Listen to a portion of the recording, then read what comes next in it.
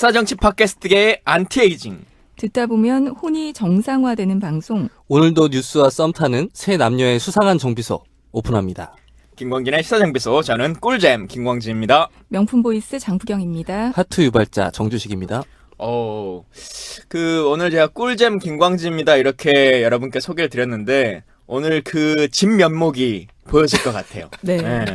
그동안 제가 노잼이다 사람들이 막 이런 네. 얘기들을 그 허무맹랑한 말도 안 되는 가짜 뉴스 이런 것들이 막 판을 치던 세상이었는데 진짜 제가 얼마나 오늘 꿀잼인가라고 하는 것을 그동안 비교 대상이 없어가지고 제대로 진실되게 말씀드리지 못했는데 노잼계파의 수장을 오늘 이 자리에 모셨습니다. 나 이렇게 오늘처럼 이렇게 자신만만한 모습 처음 보는 것 같아요.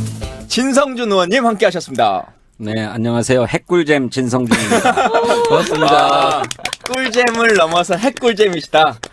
과연 오늘 흥미진진합니다. 네. 오늘. 시청자분들이 객관적인 판단을 해주시라고 믿고요. 진성준 의원님에 대한 소개는 따로 어떻게 경력 소개를 하지 않아도 네. 될 것 같은데, 다른 소개보다 자타공인 문재인의 호위무사다. 이런 평이 많은데, 스스로 그 닉네임에 대해서 어떻게 평가하십니까? 그거는 조선일보가 붙여준 별명입니다. 제가 호위무사다 이렇게 자처한 적이 없고 우리 당원이나 민주당을 지지하는 분들도 진성준이가 문재인 대표 호위무사다 이렇게 얘기한 바가 없습니다. 자처하신 적 있잖아요. 트위터에 내가 명색에 문재인 호위무사라고 불리는 사람인데 이렇게 글을 썼겠냐 이런 얘기까지 쓰셨잖아요. 네, 그거는 이제 한참 뒤에 얘기죠. 그래서 조선일보가 호위무사라고 딱지를 붙인 뒤에 오히려 우리 지지자들은 좋아하시더라고요. 그래가지고 지난번에 우리 당내 경선과 관련해가지고 서로 지지자들이 상대 후보 진영에 대해서 막 심한 말로 트위터를 하고 댓글을 쓰고 할 때 이러면 안 된다. 서로 자제해야 된다는 얘기를 했는데 점점 재미없어지죠. 네. 큰일 났습니다, 이거. 네, 그래요. 그래서 자제하자고 말씀드렸더니 도대체 누구를 위해서 그런 소리를 하고 있느냐라고 막 오히려 공격을 하더라고요. 그래서 오죽하면 호위무사인 제가 그런 말씀을 드리겠습니까? 이렇게 스스로는 만족하십니까? 얘기한 바 있죠. 문재인의 호위무사. 글쎄, 아니 어려운 질문 아니잖아요. 만족하십니까 안 하십니까? 아니요로 제가 대답하세요. 만족하는 것보다 더 중요한 거는 과연 문재인 대표가 진성준이를 호위무사 정도로 생각을 하시는지가 중요하죠. 가장 최근에 언제 뵀습니까?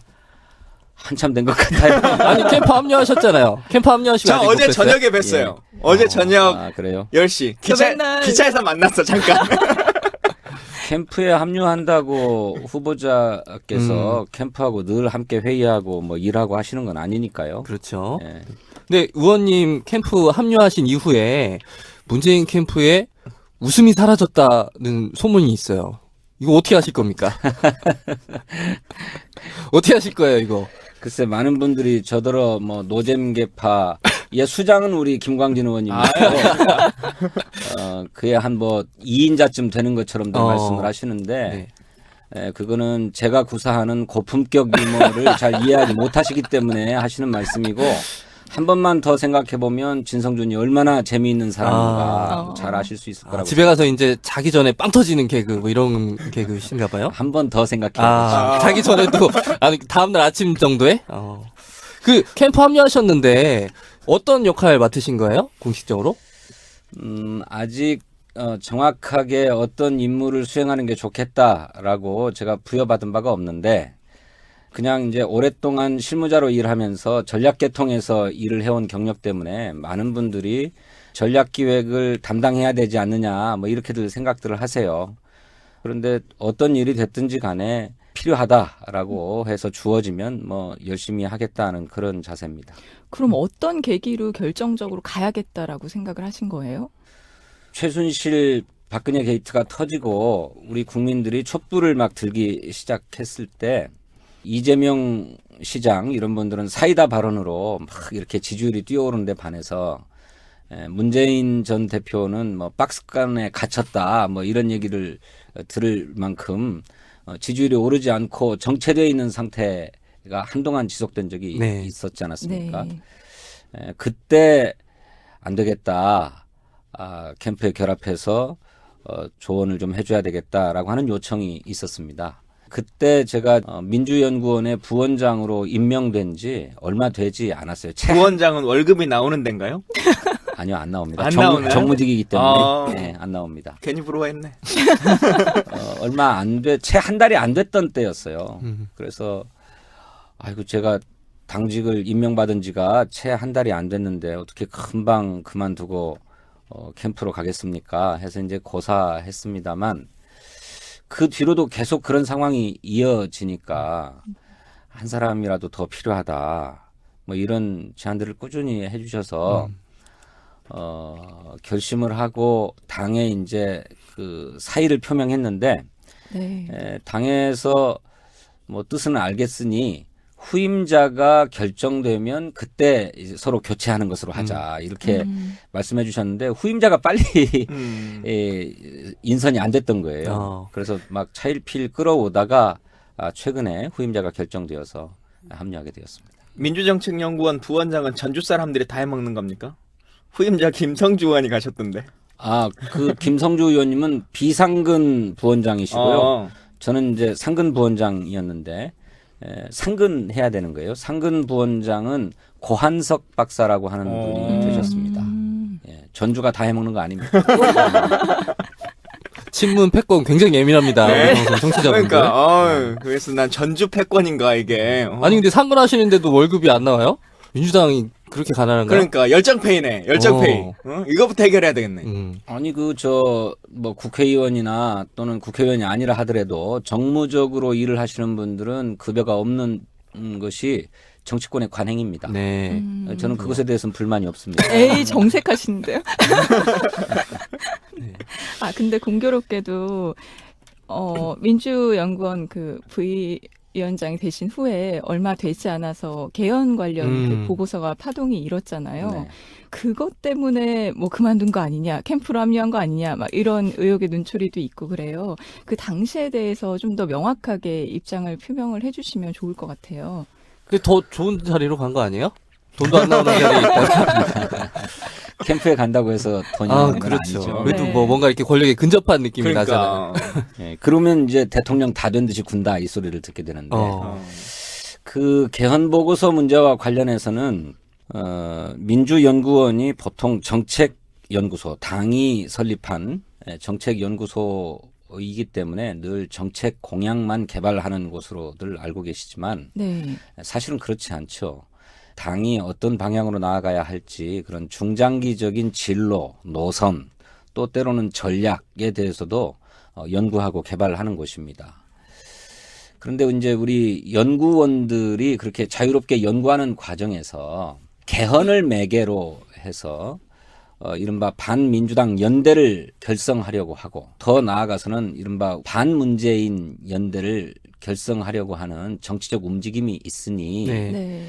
우리 당이 개헌을 반대하지 말고 개헌 논의에 착수하는 것이 좋겠다. 네. 네. 또 그리고 그것을 좀 적극적으로 하는 게 좋겠다는 생각을 했던 것 같아요. 그래서 이제 그런 취지의 전략 보고서를 작성을 했지요. 네.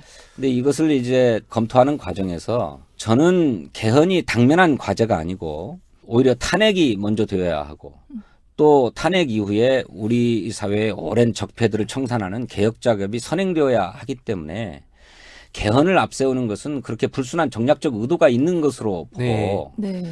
따라서 일정 정치 세력들이 개헌을 앞세운다면 개헌이 먼저가 아니고 개혁이 먼저다. 네. 이렇게 얘기해야 하고 또 대통령 선거 전에 즉각 개헌해야 된다. 이렇게 주장한다면 그것은 대통령 선거 후에 국민의 여론을 충분히 수렴해서 만들어야 된다라고 대응해야 하고 또 한편에서 권력 구조를 중심으로 해서 개헌을 해야 된다 이렇게 주장한다면 권력 구조가 중심이 아니라 국민의 기본권이 중심이 되는 개헌이어야 한다는 식으로 정치적인 각을 세우는 것이 전략적으로 유용하고 필요한 일이다라는 생각을 저는 개인적으로 갖고 있었어요. 네. 그래서 그런 의견들을 제시하면서 실무연구위원과 이렇게 토론들을 쭉 했지요. 예.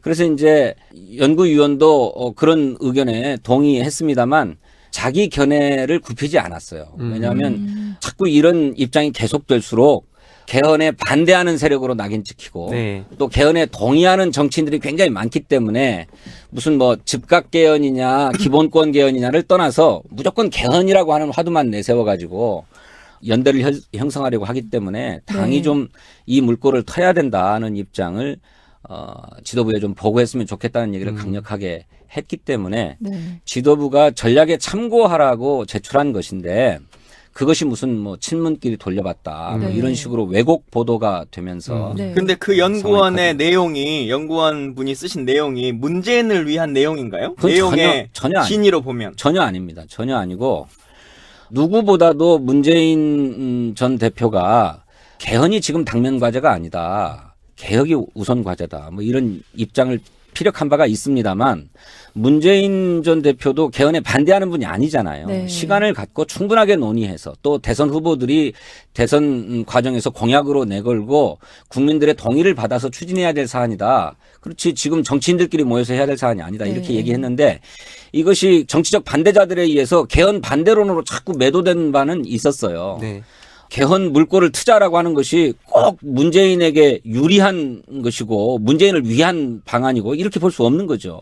그런데 마치 또 친문 보고서라고 네. 이렇게 정치적으로 왜곡하고 공격 당한 것이다. 아 근데 이렇게 그러면 왜 원장님은 사퇴한다고 사임한다고 막 책임을 지겠다고 사직서를 내고 그랬어요? 김용익 원장께서 사표 내겠다라고 했던 것은 그에 대해서 책임지고 하겠다는 얘기가 아니고 그런 정치적 공격이 부당하다. 이 보고서는 절대로 친문 보고서도 아니고 당의 노선에 대해서 제안하는 보고서이고 그 노선 제안은 당 지도부의 뜻과 부합하든지 안 하든지 간에 연구원으로서는 자율적으로 할 수 있는 일이다. 네. 그런데 왜 이것을 가지고 문제 삼는가 정치적으로 더구나 사실과 다르게 왜곡해서 네. 네.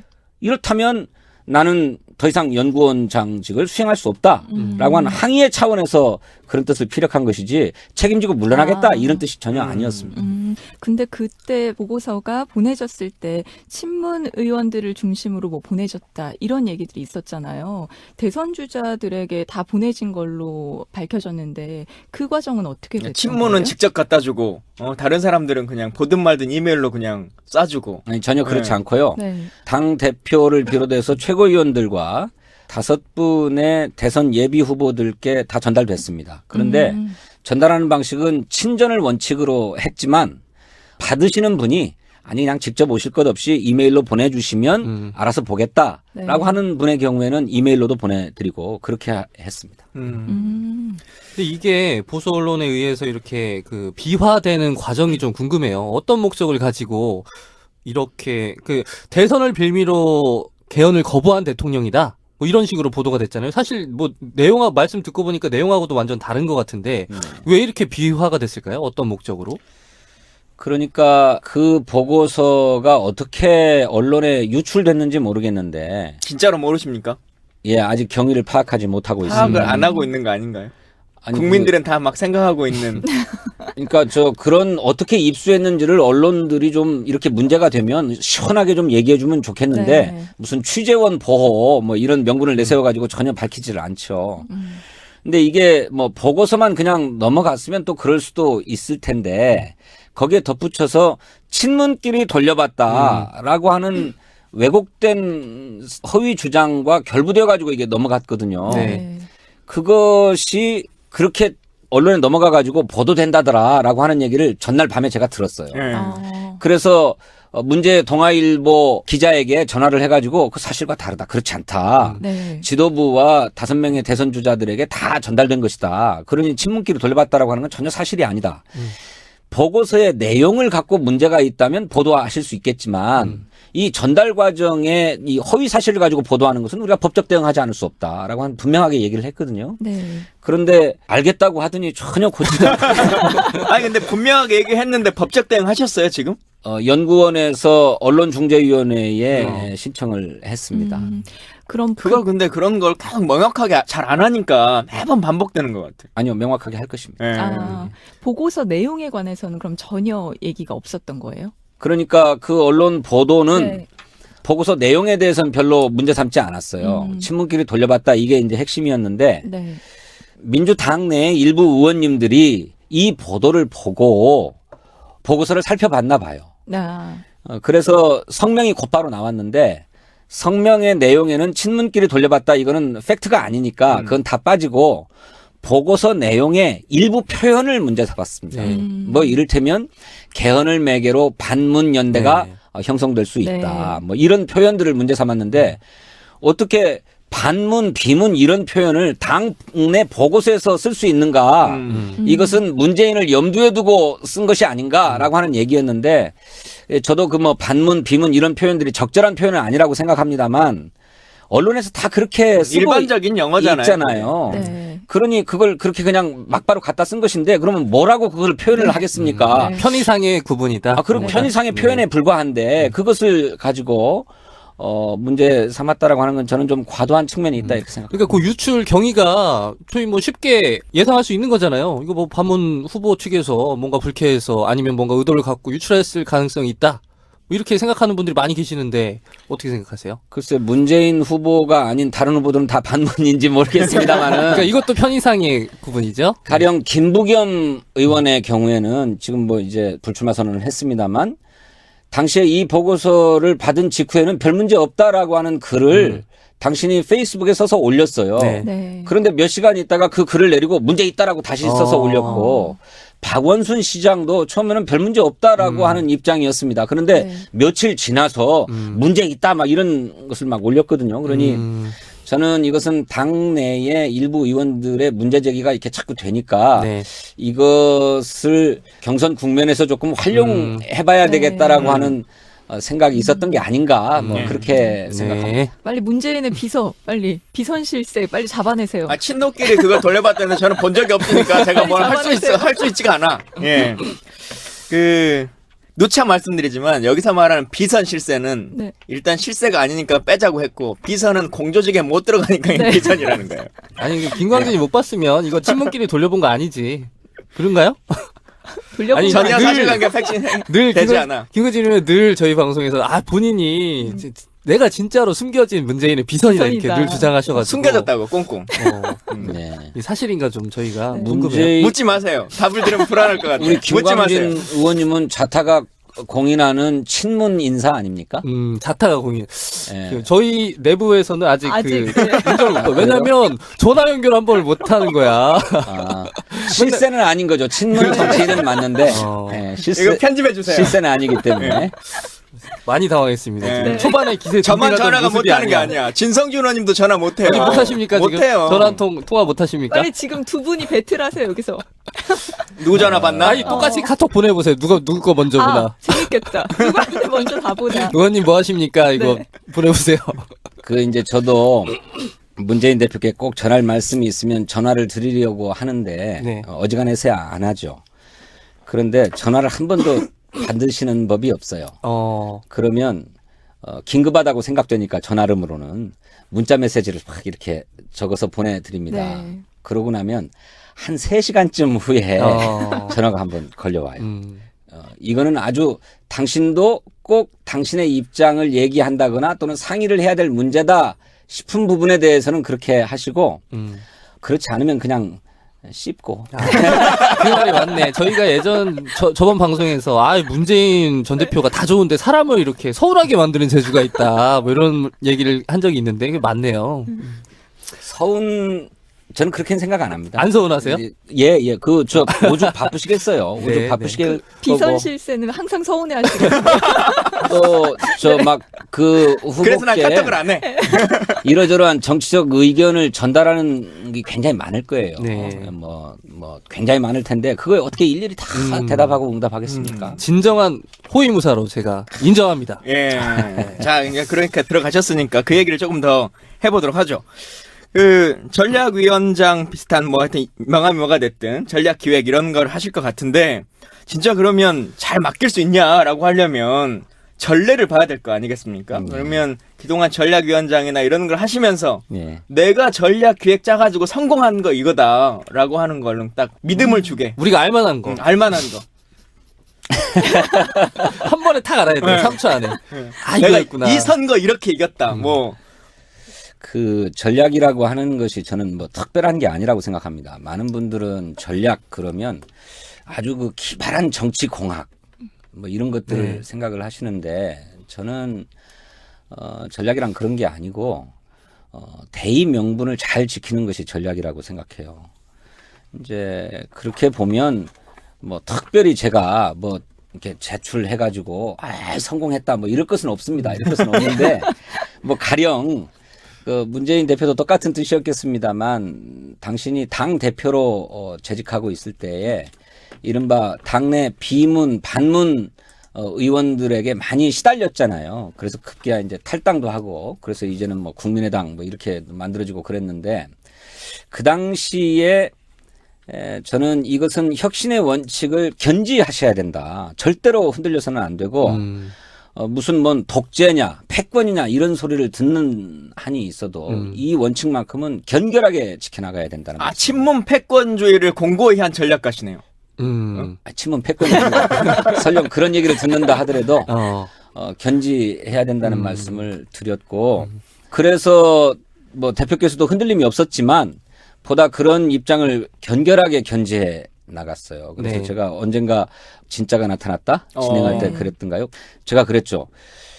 대표님 제가 중심으로 보필하겠습니다 라는 말을 한 적이 있는데 그거는 당신이 절대로 흔들리지 않겠다라고 하는 원칙을 천명했 직후에 제가 대표님 뵙고 그런 말씀 드렸다 한 적이 있었는데 그런 거죠. 근데 끝은 저는 뜻대로 되지 못했다고 그렇죠. 생각해요. 사실은 그렇게 혁신의 원칙을 견지하고 탈당할 때 김종인 네. 전 대표를 영입해서 전권을 맡겼잖아요. 네. 저는 그때 사실은 전권을 맡기시면 안 된다. 김종인 대표는 선거대책위원장으로 영입되신 거고 네. 당 대표는 문재인 대표다. 비록 선거와 관련된 전권을 넘기고 당 대표로서는 그냥 형식상으로 추인만 해주는 한이 있어도 네. 당 대표로서는 지위를 유지하고 총선을 치러야 된다는 말씀을 드렸는데 네. 당신은 이미 전권을 드리겠다고 했으니 깨끗하게 물러나겠다라고 해서 이제 다 내려놓으셨죠. 그래서 전 좀 실망도 하고 그랬어요. 이거 끝까지 가야 되는데 이런 생각도 하고 했는데 만약에 그 말씀대로 끝까지 흔들림 없이 갔어요. 정말 추임만 하고 그랬는데 그러면 선거 결과가 어땠을까요? 어떻게 글쎄요, 예상하시나요? 뭐 다 가정이니까 그렇죠. 가정이니까 그거는 뭐 어떻게 얘기하기 어렵겠지만 무슨 김종인 대표가 비례대표 2번 셀프 공천 뭐 이런 비난에서도 좀 자유로웠지 않았겠습니까? 네. 당 대표가 비례대표 2번으로 공천한 것이다. 네. 라고 해서 공천의 책임을 대표가 질 것이기 때문에 뭐 김종인이 자기를 자기 스스로 공천했다. 뭐 이런 비난에서는 자유로울 수 있었을 것이고 네. 만일 그랬다면 우리 김광진 의원님이 20대 국회에 들어오셨을 수도 있어요. 저는 김종인 대표 때문에 떨어진 게 아닌데. 우리 기본적인 사고 안에 들어있는 거예요. 모든 잘못이 약간 김종인 때문이다. 아니 그분 한번 모셨으면 좋겠다. 근데 처음에 영입해 올 때 그때도 뭐 이런 고민을 같이 나누셨을 텐데 그때도 선거가 끝나도 계속 이분이 대표를 할 거다 이런 생각이 있으셨어요? 아니 그렇지 않죠. 당연히 비상대책위원장으로 오는 것이고 비상대책위원회는 과도적인 체제잖아요. 네. 그러니 이 비상 상황이 종료되면 당헌에 따라서 정상적인 절차를 통해 가지고 지도부를 새로 구성해야만 하는 겁니다. 그거는 뭐 정치적인 상식이고 ABC죠. 그러니 네. 비상대책위원회 체제로 총선을 치르고 났다고 하면 총선 직후에는 총선 결과와 상관없이 압승을 했든 뭐 전패를 했든지 간에 새 지도부를 전당대회를 통해서 수립해야 된다라고 하는 거는 정치적 상식에 해당하는 일입니다. 그 김종인 비대위원의 지난 그 결정 중에서 뭐 공천에 관한 이야기도 있지만 많은 분들이 아쉬워하는 게 문재인 전 대표가 그 선거를 앞두고 호남에 가야 된다 가지 말아야 된다 막 이런 논란이 있었잖아요. 김종인 대표가 가지 말아야 된다는 입장을 갖고 있었는데 그 부분에 대해서 어떤 판단이었다고? 전략위원장으로서. 네, 타당한 전략이었다고 보시나요? 글쎄요. 당시에는 당 지도부로서는 그런 입장을 가질만 하다고 생각합니다. 호남에서의 반민주당 정서의 핵심이라고 하는 것이 결국 반문 정서였고 문재인 비토 정서였기 때문에 문재인 대표가 호남을 아무리 많이 찾은들 오히려 반문 정서를 강화하는 역효과를 불러일으킬 수도 있으니 이를테면 호남의 민심을 확 되돌릴 만한 뭐 특단의 대책과 카드가 없다면 꼭 가서 뭐 자극을 해야 되는가라고 하는 생각을 당시 지도부로서는 했을 수가 네. 있겠죠. 전략통 의원님의 생각은 어떠셨어요, 당시? 그런데 그것은 정확하게 호남의 민심 지형을 살핀 것은 아니라고 생각합니다. 지금도 마찬가지지만 호남에서 문재인에 대한 태도는 역시 세대 변수가 크게 작동하는 것 같아요. 네. 40대 이하 젊은 층에서는 문재인에 대한 선호가 굉장히 높은 반면에 그 이상 50대 이상서부터는 또 반문 정서가 여전히 남아 있는 거죠. 저는 그건 총선 시기에도 마찬가지였다고 생각합니다. 그렇게 보면 문재인 대표가 호남에 적극적으로 찾아가서 젊은 분들을 중심으로 한 지지층들을 더 많이 결집시키고 더 많이 투표 현장으로 나오도록 하는 일이 전략적으로도 필요했을 수 있다 이렇게 생각합니다. 그럼 앞으로 문재인 캠프에 추가돼야 될 전략이 있다라고 생각하는 부분이 있다면 뭐가 있을까요? 지금 아쉬운 점이요. 인재 영입을 빨리 해야 돼. 글쎄 뭐 해야 될 일이 뭐 어디 한두 가지겠습니까? 네. 많은 제일 중요한 것은 결국 호남 민심이 뭐 꾸준히 상승해 가고 있는데 조금 더 분명하게 해서 아까 말씀드린 대로 역시 호남에서 50대 뭐 60대까지는 뭐 기대하기 어려워도 50대를 확고한 민주당 편으로 또 문재인 후보 입장에서 보면 문재인 편으로 만들어내는 일이 굉장히 중요한데 이것은 네. 호남뿐만이 아니라 전국적인 판도에서도 역시 그렇습니다. 네. 50대가 한 반반쯤 하고 있는 것 같거든요. 전체적으로. 네. 근데 50대에서 확고한 우위를 점하기만 하면 저는 선거 전략적으로 대단히 유리한 고지, 뭐 흔들림 없는 대세의 고지에 서게 아니 그렇게 된다. 되면 이렇게 좋겠다는 거야. 누구든지 초등학생도 할 수 있는 건데 그렇게 어떻게 하겠냐는 거죠. 제가 조금 전략을. 구체적으로 고질문을 드리자면 50대 이상 분들은 지난 대선 때 대부분 박근혜를 찍었던 분들이잖아요. 이분들의 마음을 문재인으로 돌리는 게 정말 쉽지가 않을 것 같아요. 그 박근혜를 찍었던 분들을 다시 문재인을 찍게 할 수 있는 방법, 전략으로서 어떤 게 있을까요? 이제 그래서 50대를 위한 정책 공약도 매우 뭐 상세하게 작성해서 내놔야 된다 이런 얘기들을 많이 하지만 그것도 그렇게 하면서 동시에 그분들에게 좀 정서적인 호소를 네. 강화하는 방안을 좀 강구해야 되겠다 이렇게 생각해요.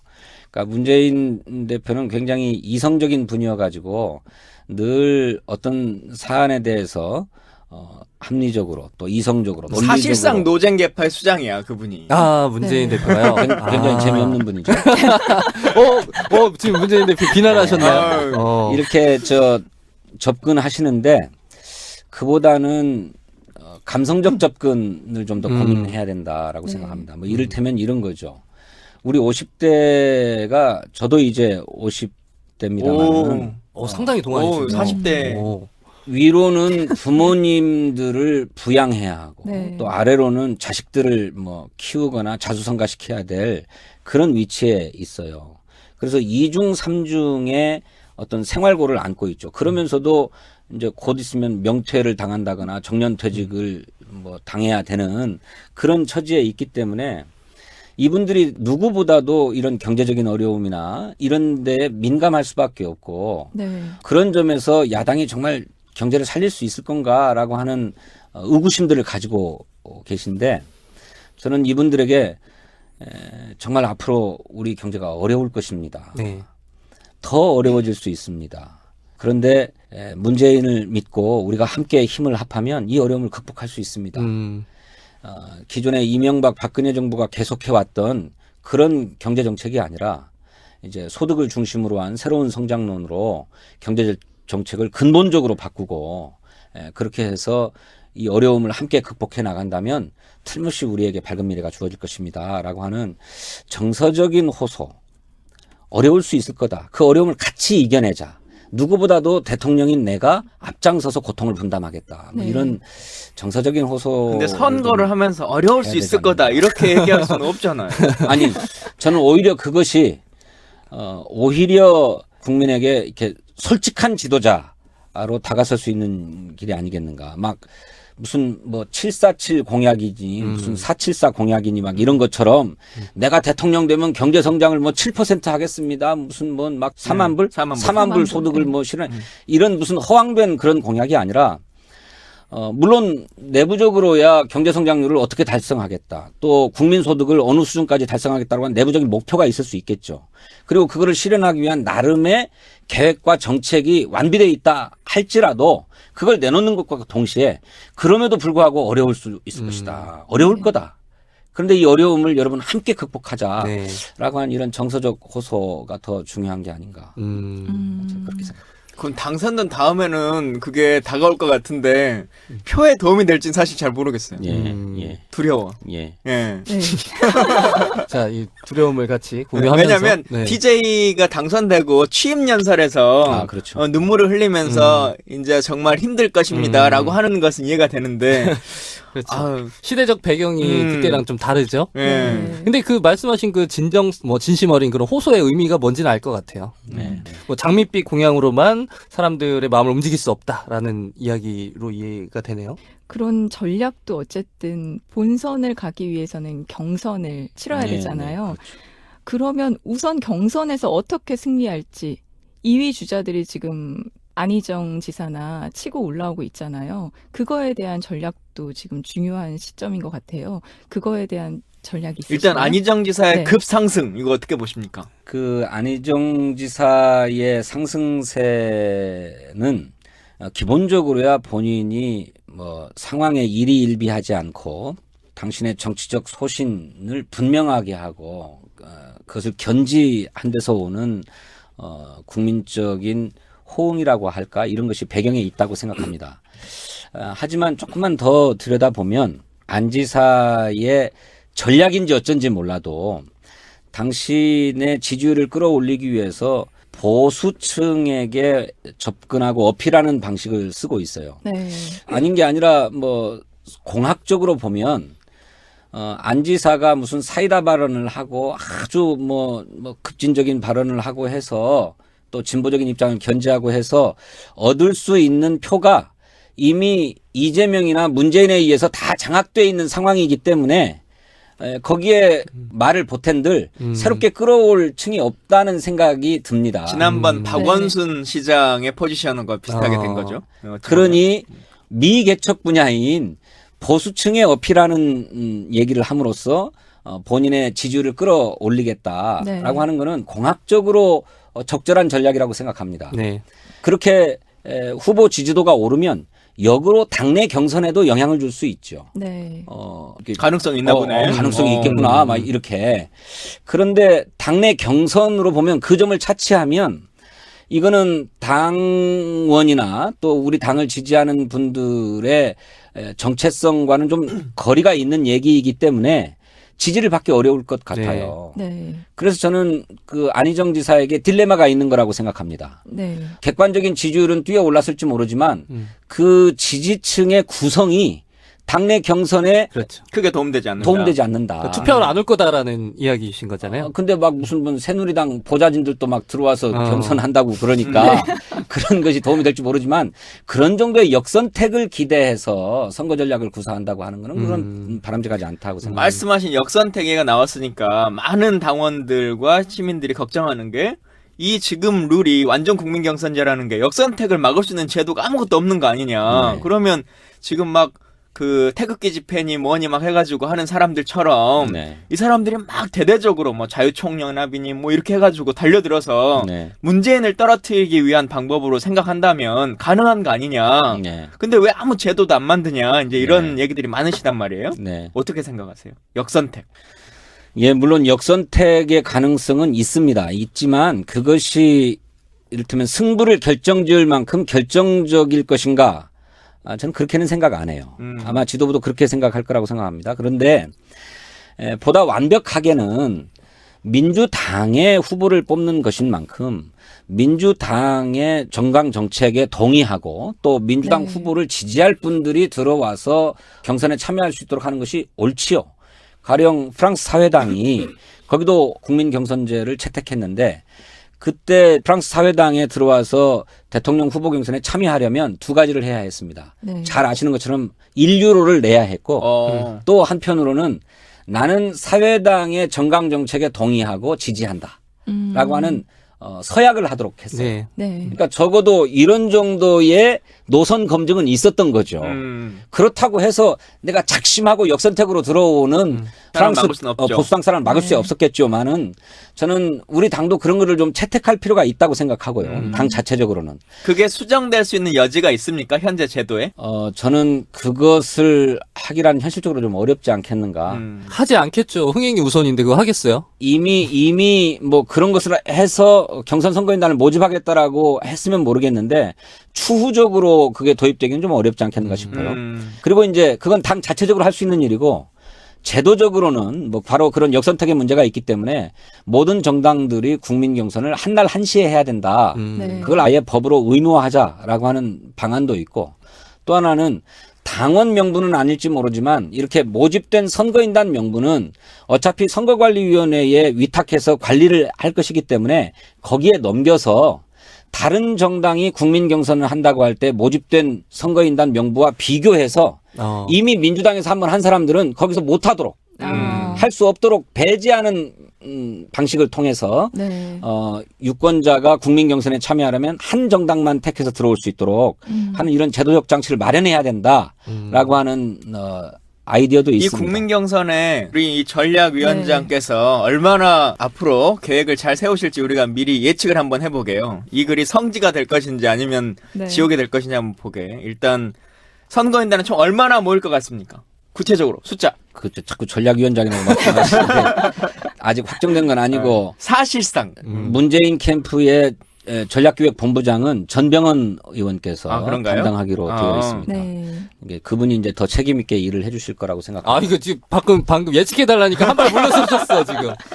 그 선거인단이 큰일 났네. 얼마나 모일 거냐 하는 문제는 제가 뭐 당의 전략기획을 담당해서 이거를 설계한 사람이 아니기 때문에 잘 모르지만 당은 150만에서 한 200만 정도 너무 러프하게 말고 찍어보세요. 얼마? 뭐 찍어야 돼요. 찍어야 됩니다. 예를 들면 173만 5천 뭐 173만 이렇게. 5천 뭐 이렇게. 자, 글쎄 2012년도 경선에서 102만 네. 명 정도 유권자가 신청을 했고 그중에 한 70만 명 정도가 투표를 했다고 합니다. 저는 그 한 2배 정도 될 것이다. 굉장히 크게 쓰신다. 204만. 이렇게 생각하겠습니다. 204만 기대해 보고요. 그렇게 해서 2위는 누가 될 것 같습니까? 2위요? 네. 이거 뭐 이런 잠깐 누가 될지는 잘 모르겠어요. 근데 여기 더 궁금한 질문은 문재인 후보 입장에서 어떤 상대가 더 편한 상대일까요? 2위 상대로. 안희정이냐 이재명이냐.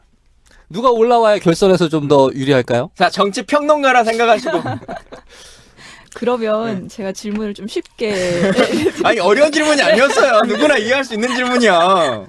어쨌든 민주당 전략통이시잖아요. 그러면 결국에는 본선에서 승리를 해야 되는 거잖아요. 정권 교체를 이뤄야 되는 거잖아요. 그럼 분명 2위 주자 안희정, 이재명 다 장점들이 있단 말이에요.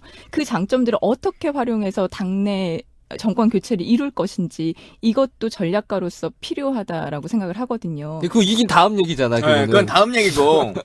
결선 투표를 하고 네. 이길까요? 결선 투표 없이 이길까요? 제가 볼 때는 결선 투표까지 안 갈 것 같습니다. 저는 안희정이 될 거다.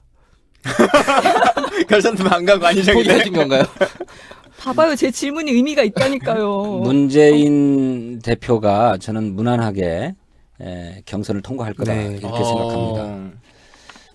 뭐 문재인 대표도 뭐 공사석에서 계속 그런 말씀하시지만 우리 국민은 지금 정권 교체가 탄핵 이후에 반드시 실현돼야 된다고 보고 있고 그 정권 교체의 적임자로 문재인 대표를 지목하고 있습니다. 저는 이거는 모든 국민이 그럴 뿐만 아니고 특히 우리 민주당을 중심으로 해서 지지하는 분들이 다 그렇게 보고 있기 때문에 경선에서 이변이 발생하지는 않을 거다 이렇게 생각합니다.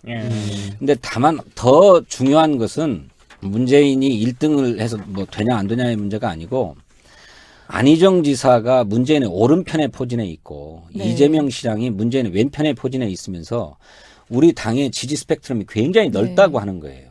매우 진보적인 입장에서부터 굉장히 합리적인 보수적인 입장에 이르기까지 스펙트럼이 굉장히 넓게 포진해 있어서 이분들이 경선을 뭐 이를테면 막 난타전을 벌이고 이전 투구를 하지 아니하고 당내 경선으로서의 금도를 지켜가면서 선의의 경쟁을 펼친다면 이게 다 경선 후에 시너지로 나타날 것이다. 이렇게 네. 생각합니다. 상대 후보 중에서는 가장 두렵게 생각되는 사람이 누구세요? 우리 당 말고. 당 바깥에서 당 바깥에서. 두려운 후보는 없는 것 같습니다. 어. 전혀 뭐 유의미한 변수들은 없는 것 같습니다. 어. 음. 네.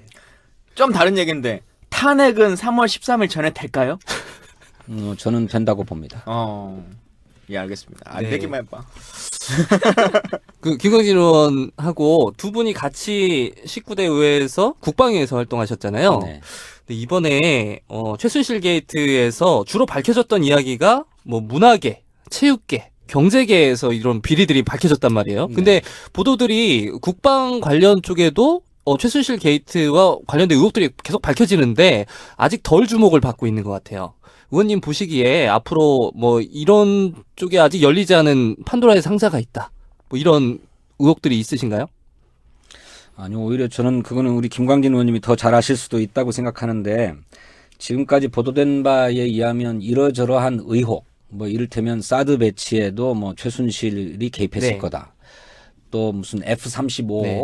차세대 전투기를 도입하는 데에도 최순실이 뭐 개입했을 거다. 이런 의혹이 제기되고 있지만 그건 어디까지나 추정이자 의혹입니다. 뭐 구체적인 단서와 근거를 가지고 제기되는 것은 아니죠. 네. 물론 그런 개연성을 배제할 수야 없는 상황입니다만은 저는 어떻게 감히 이 사드를 배치하고 또 F-35라고 하는 차세대 전투기를 도입하는데 최순실이라고 하는 사람이 개입했을 건가 저는 상상이 안 되는 얘기라고 생각합니다. 그럼 지금의 국정농단은 상상이 되십니까? 아니 물론 그것도 그렇지만 아니 방금 그 입장에 대해서 김광진 의원님도 같은 생각이신가요? 최순실과 이 국방 분야에? 근데 근거가 정확하게 손에 들고 있는 게 아니니까 그냥 그렇군요. 추측이거나 아니면 그때 돌아간 내용이 좀 상식적이지 않았다. 국방장관이 그때 정무적 판단으로 결정한 F-35 네. 그 속기록 처음에 공개하신 분 진성준 네, 의원이거든요. 네.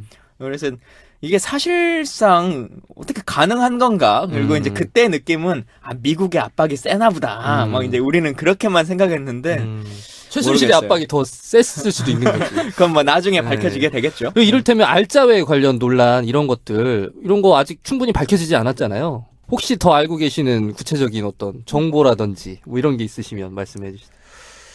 그 이제 최근에 저 최순실 청문회 과정에서 알짜회 얘기가 다시 부각됐는데 우리 뭐 김광진 의원님이나 저나 국방위원회 활동을 하면서도 알짜회가 뭐 국방위원회 차원에서는 논의된 바가 없습니다. 네. 이미 오래전에 해체된 네. 것이고 다만 당시에 알짜회였던 저 장교들이 뭐 여전히 있으니까 네. 그분들이 뭐 이렇게 승진하게 되고 진급하게 되면 그 알짜회라서 뭐 진급한 게 아니냐 뭐 네. 이런 관측들이 제기된 것이지 알짜회라서 진급했다라고 하는 거는 국방부 내부에서나 또 우리 저 국회 국방위원회에서도 뭐 그 개연성 있는 설명으로는 한 번도 제기된 바가 없습니다. 사실인가요? 말씀하신 그대로예요. 네. 그러니까 근데 이제 국방부가 발표할 때 알짜회라는 거 존재 자체가 없는 거다. 네. 막 이제 이렇게 얘기하니까 사실관계가 틀려졌다고 한 거고 제가 이제 정보위 할 때 정보위가 기무사를 따로 하거든요. sak임 소관위로.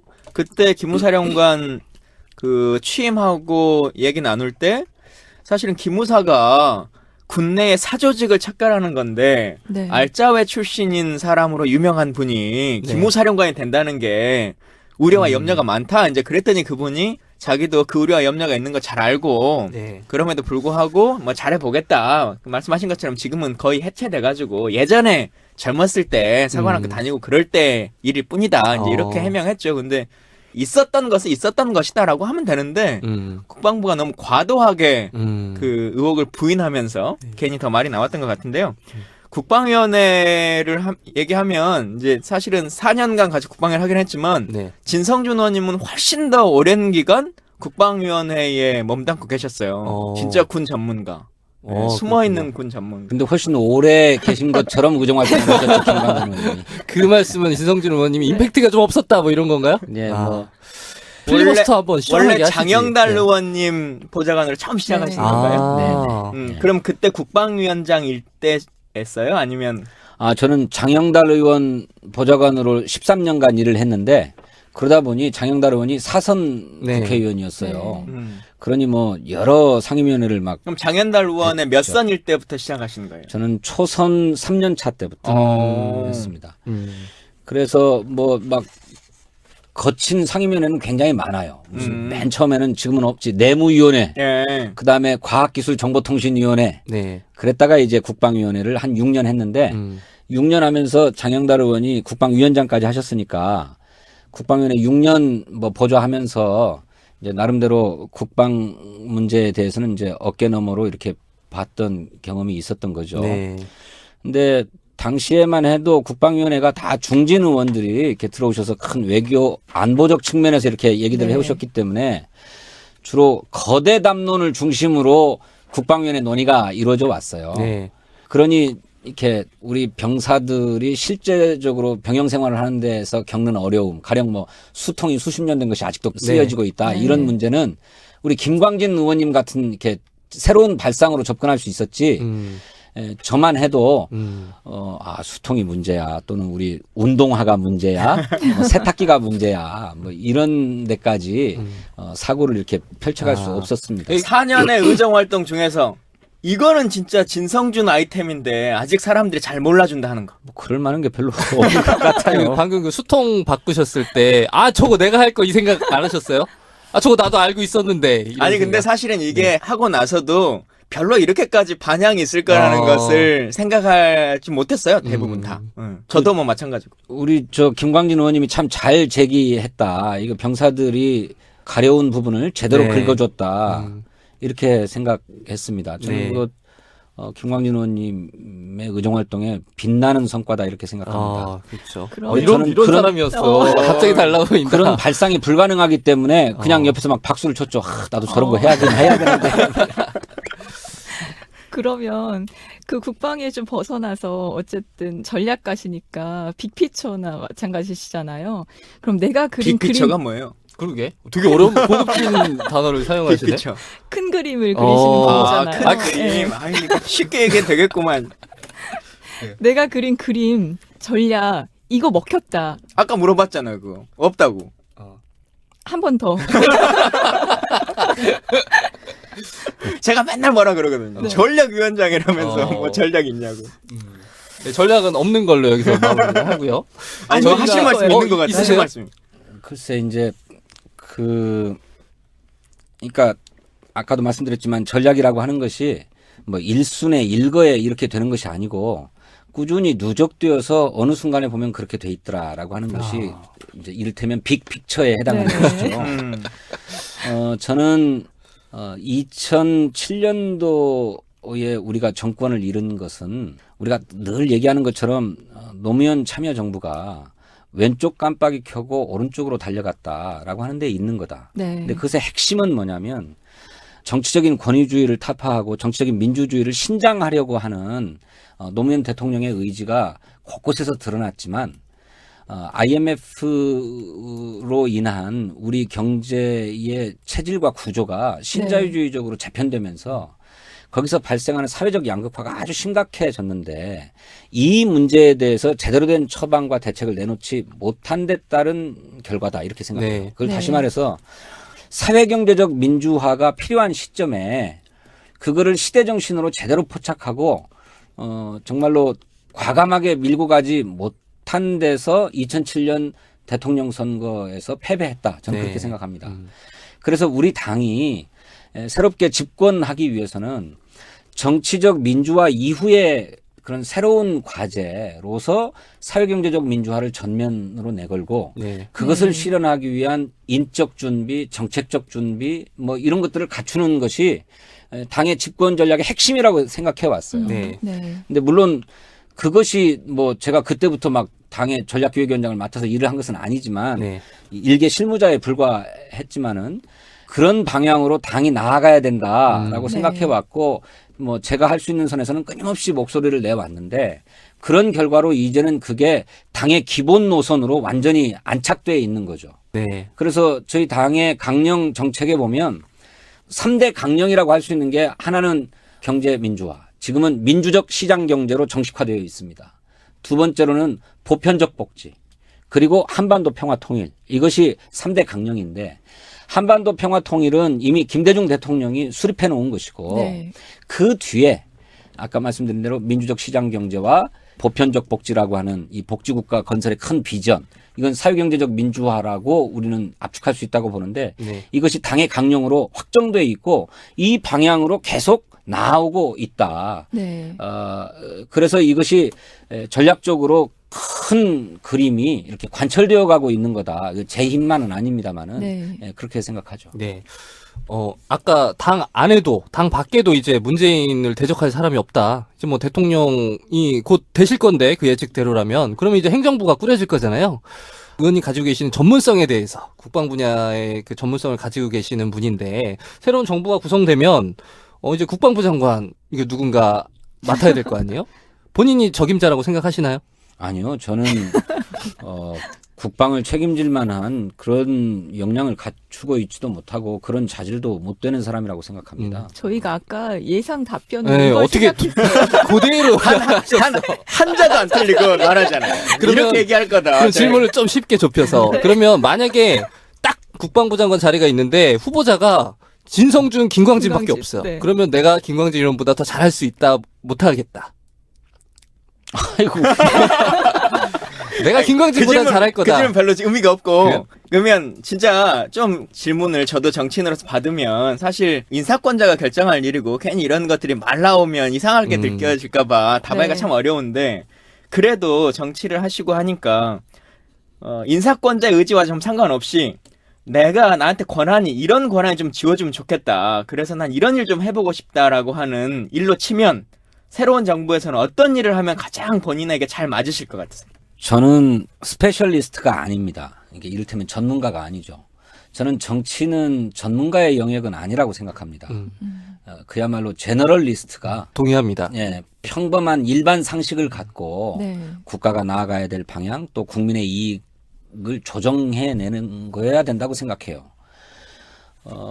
이제 그렇게 보면 저는 무슨 전문적인 역량을 갖추고 있는 것도 아니고 특정한 분야에서 뭐 식견을 갖춘 사람도 아니기 때문에 어떤 일이 적임이다. 뭐 이런 것은 없는 사람입니다.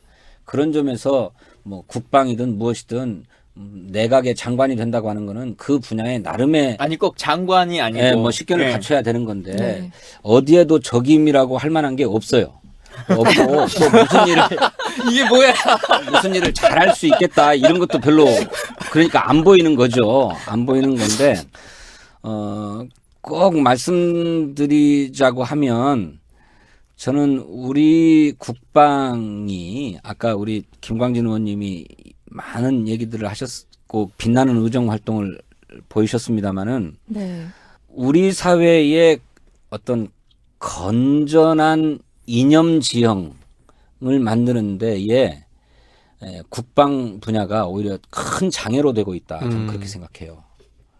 이것은 이념 지형을 왜곡시킬 뿐만 아니라 우리 국방력의 건전한 발전에도 큰 장애로 되고 있다고 생각합니다. 이거에는 누군가 우리가 국방 문민화다 이런 표현을 하듯이 문민 장관이 들어서서 네. 이런 국방을 근본적으로 한번 개혁을 하는 전기가 마련돼야 된다고 생각합니다. 근데 그거는 제가 적임이다 이런 얘기가 아니고 누군가 그런 분이 들어가서 국방을 한번 예, 바꿔놨으면 좋겠다 네. 이런 생각을 하죠. 네. 결국 본인의 얘기는 끝까지 안 하셨어요. 저는 적임이 아니에요. 난 그런 얘기가 나오실 줄은 몰랐어요. 나는 정말 적임이 하나도 없다. 그러면은 뭐 정부에서 뭐 청와대든 아니면 내각에서든 이런 일보다 나는 정치인 진성준으로 다음 강서 을에서의 선거를 준비하는 일들을 쭉 해오고 싶다, 하고 싶다라고 하는 의지의 표현이신가요? 예, 사실은 지난번 선거에 나가서 낙선했고 그 낙선이 저에게 참 너무나 아프더라고요. 네. 물론 그 선거 결과를 보기 전까지는 우리 당이 이렇게 일당으로 승리할 줄은 몰랐습니다. 야권이 분열된 선거 지형이었기 때문에 참패를 면치 못할 거다. 저는 그렇게 생각했어요. 대부분의 뭐 정치 평론가나 네. 뭐 여론조사 지표가 그렇게 나왔죠. 네. 그때는. 그런데 이제 선거 결과를 놓고 보니까 많은 곳에서 승리했는데 네. 저는 이제 패배했기 때문에 그 자괴감이라고나 할까 이런 게 너무 컸어요. 네. 그래서 기필코 다음에는 지역에서 승리해야 되겠다. 그래서 근데 지역구가 그때 그 본회의 막 5분 발언 이런 것도 하신 걸로 기억나는데 너무 성태 맨더링이다. 어? 네. 게리맨더링을 해도 너무했다라고 하는 말씀 많이 하셨잖아요. 네. 실제로 결과도 좀 그렇게 나왔고. 네. 근데 지역구 자체가 변화가 없는데 괜찮다고 생각하십니까? 그러니까 예 틀림없이 그런 측면은 있습니다. 김성태 맨더링이라고 제가 명명했는데 자기가 지난 총선에서 이긴 동만 다 갖다가 선거구를 만들었으니까요. 네. 근데 이제 그럼에도 불구하고 제가 부족했기 때문에 패배한 거죠. 아니 저 국민이 야권이 그렇게 나눠져 있음에도 불구하고 민주당이 이길 수 있도록 해주셨지 않았습니까? 제가 부족하지 않았다면 저도 승리할 수 있었겠죠. 아무리 정치 지형이 그렇다 한들 강남에서도 전현희 의원이 막 되고 네. 그러셨지 않았어요? 전주로 내려가시거나 하실 생각은 전혀 없습니까? 예, 그 뭐 당이 필요에 의해서 차출을 하는 게 아니라면 제가 자원해서 내려가거나 하는 일은 없을 것입니다. 목민관학고 이거 이제 계속 만드시잖아요. 요즘 네. 보니까 막 여기저기서 다 목민관학교를 따라하는 인천에선가도 이제 시작하겠다고 뭐 이렇게 올라온 글을 보고 했는데 그 뭐 프랜차이즈 비용을 받거나 그러진 않으시죠? 전혀 그렇지 않죠. 그 정당 정치가 대의 정치의 핵심인데 그럼에도 불구하고 정당 정치는 형이화되어 있고 국회의원이나 또는 국회의원 했던 사람들의 정치로 국한되어 있는 거죠. 그래서 당원들은 일상적인 정당 활동이랄 게 없어요. 그래서 신문 보고 당이 뭘 하는지 아는 정도이고 자기가 당원인지 아닌지도 모르는 상황이죠, 사실은. 이제 지금이야 조금 달라졌습니다만. 이제 그래서 정당 정치의 본령을 회복하려면 당원들의 일상적인 정당 활동이 있어야 되겠다라고 생각하고 그 일상적인 정당 활동의 출발은 당원 교육으로부터 출발한다. 저는 그렇게 생각했습니다. 얼마 전에 제가 은수미 의원을 만났는데 은수미 의원이 영화 시사회에서 만나면서 왜 이렇게 요즘 얼굴 보기 어려워요? 제가 질문 드렸더니 지역위원회 관리하는데 한 600만 원, 700만 원씩 월 들어가. 나 그거 마련하느라고 전국에 강연 뛰느라고 힘들어 죽겠어. 막 이렇게 말씀하시더라고요. 네. 낙선한 이후에 무직자신데 네. 그 생업은 어떻게 하고 있으십니까?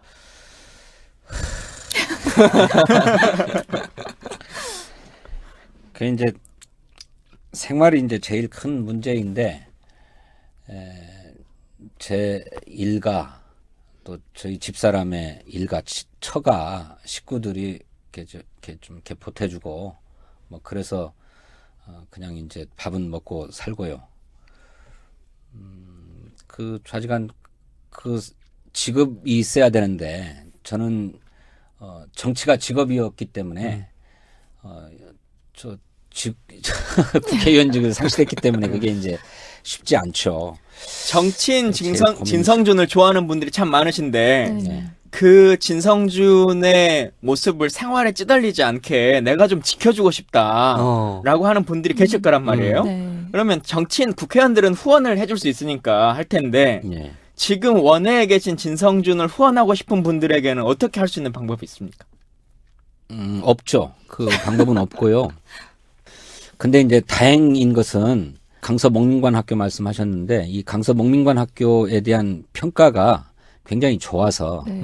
이 강서 목민관 학교를 더욱 좀 튼튼한 학교로 발전시켜 가야 되겠다라고 뜻을 모아주시는 분들이 강서 목민관 학교에 발전 기금을 내주고 계세요. 네. 그거는 강서에 사는 사람이 아니어도 상관없죠. 아니어도 상관없죠. 음. 뭐 발전기금이라고 하면 이를테면 뭐 정기 후원이나 뭐 소액 후원도 가능한가요? 네, 그렇습니다.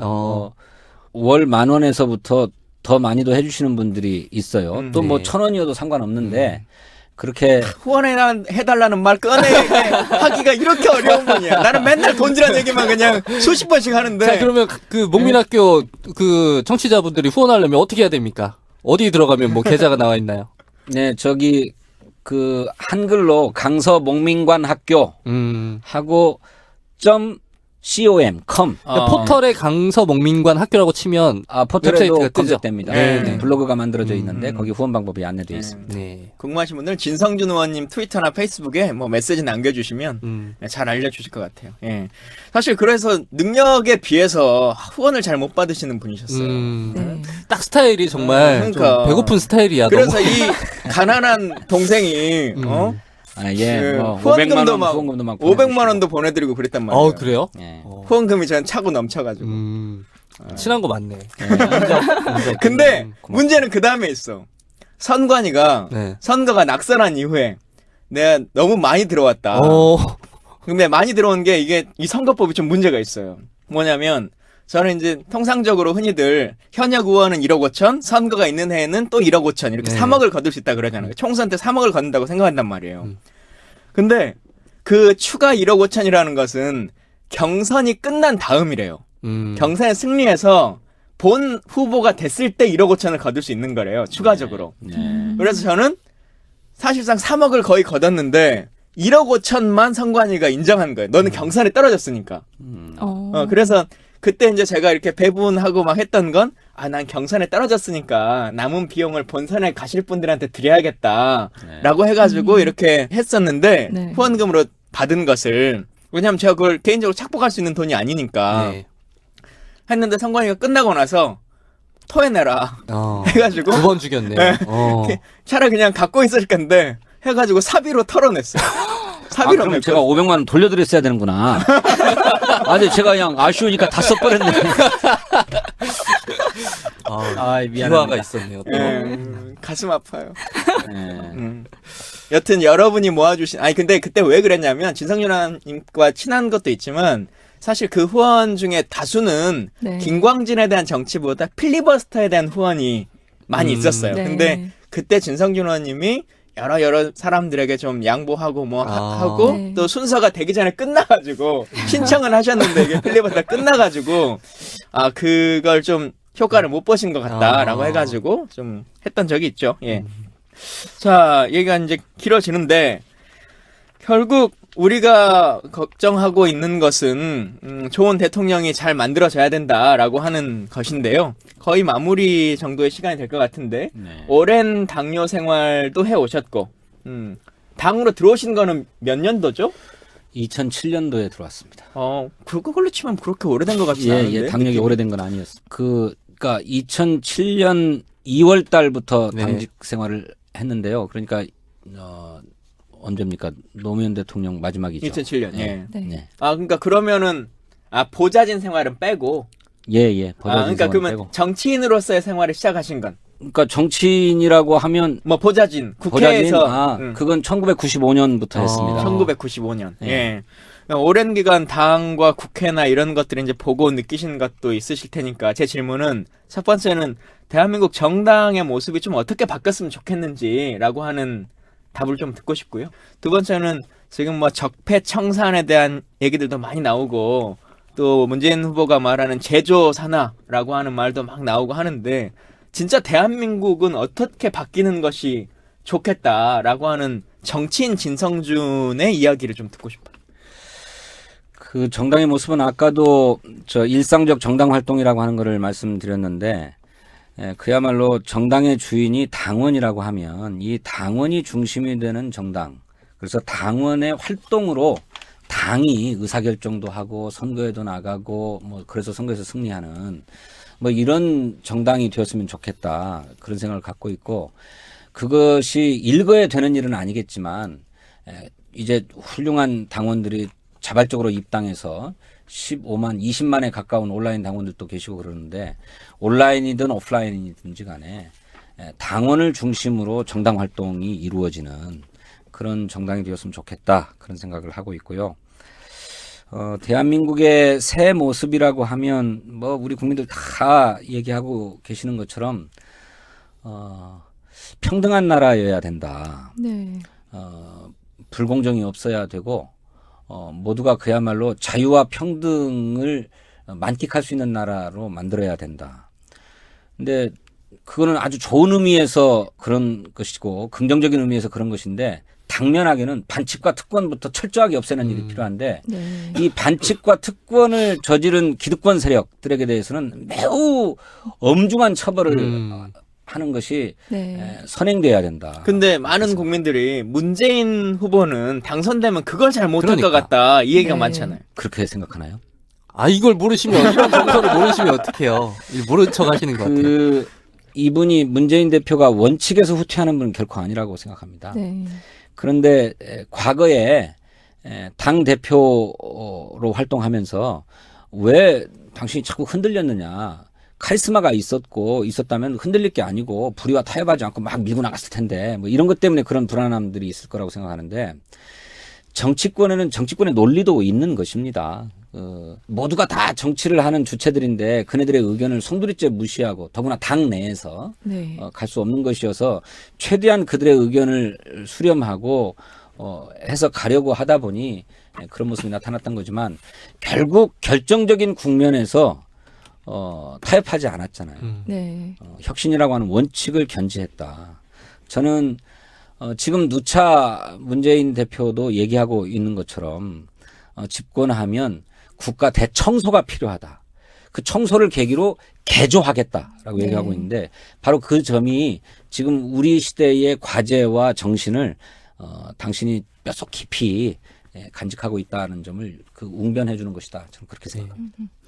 재선 의원이 되면 하고 싶은 일이 있으시다면 뭐가 있을까요? 글쎄 저는 재선 의원 되는 것이 먼저 급선 문제. 그거부터 되는 것이 과제인데. 아, 일단 된 다음에 생각하시겠다. 아까도 말씀드렸습니다마는 저는 재선 의원이 되면 국방위원회를 또 한 번 더 해볼까 하는 생각을 하고 있어요. 봐, 문민 국방장관의 꿈이 있다니까. 그런 꿈은 아니고 돌이켜보면 우리 김광진 의원님이나 저나 국방위원회 활동으로는 크게 후회가 남지 않을 만큼 정력을 쏟아부어서 열심히 했는데 그렇지만 야당이라고 하는 한계 때문에 그런 문제들을 제도화시킨다거나 법제화했다거나 하는 데에는 성과를 내지 못했어요. 네. 문제 제기만. 네, 문제 제기만 열심히 한 거죠.